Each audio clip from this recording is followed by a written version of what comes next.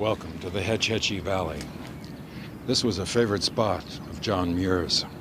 He called it one of nature's most precious mountain temples. 100 years ago, he led the fight for its preservation. But even though it was within Yosemite National Park, this magnificent valley was lost, dammed, and flooded under 300 feet of water. Today, the people of California are considering the idea of restoring Hetch Hetchy to its original beauty.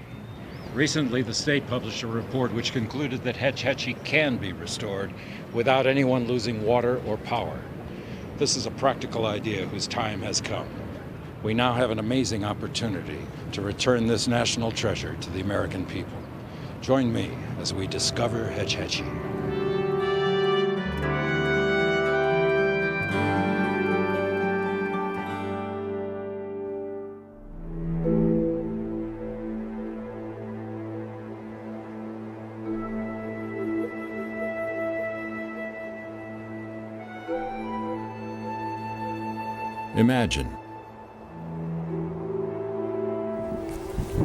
Imagine a valley. A valley cut from solid stone where sheer granite cliffs rise to the clouds.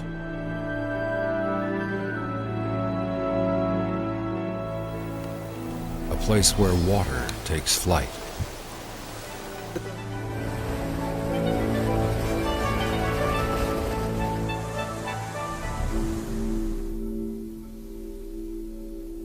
Where the slightest breeze sets a meadow to dancing.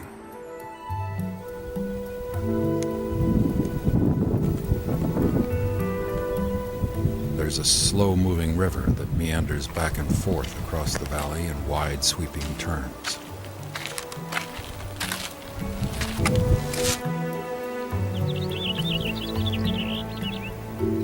The first people called this valley Hetch Hetchy, their name for the unique grasses that flourish here.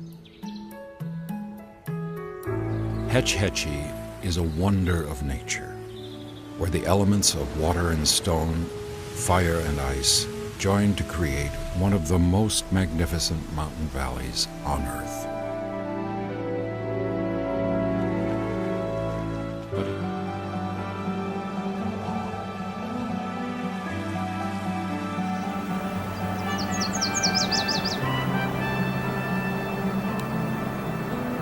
The story of Hetch Hetchy can only be told by telling the story of Yosemite. Less than 20 miles from one another, the two valleys were shaped by the same forces of nature, and both played decisive roles in the American conservation movement.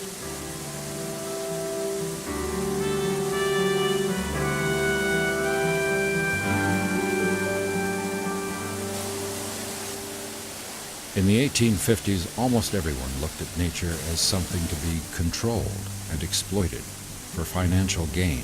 In the process of logging, mining, and farming, the land was often devastated. During the California gold rush, whole mountains were washed away for a few ounces of precious metal. At the same time, rumors of a spectacular valley began circulating throughout California. The astonishing descriptions of Yosemite's grandeur attracted one of the world's most celebrated artists.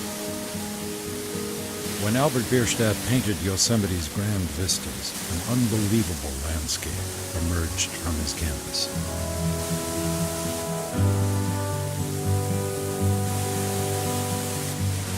The stunning photographs of Carlton Watkins proved that the artist was not exaggerating. The photographs persuaded President Abraham Lincoln that Yosemite Valley should be set aside for the American people. In 1864, the height of the Civil War, Lincoln took the time to sign the Yosemite Grant. It marked the first time in history that Congress recognized the inherent value of a wild and scenic place. It's the sheer size of Yosemite. Americans can come here and see a dozen waterfalls and grand mountains, all in the space of 7 square miles. So Yosemite sets in motion. It solidifies all the emotions that have started.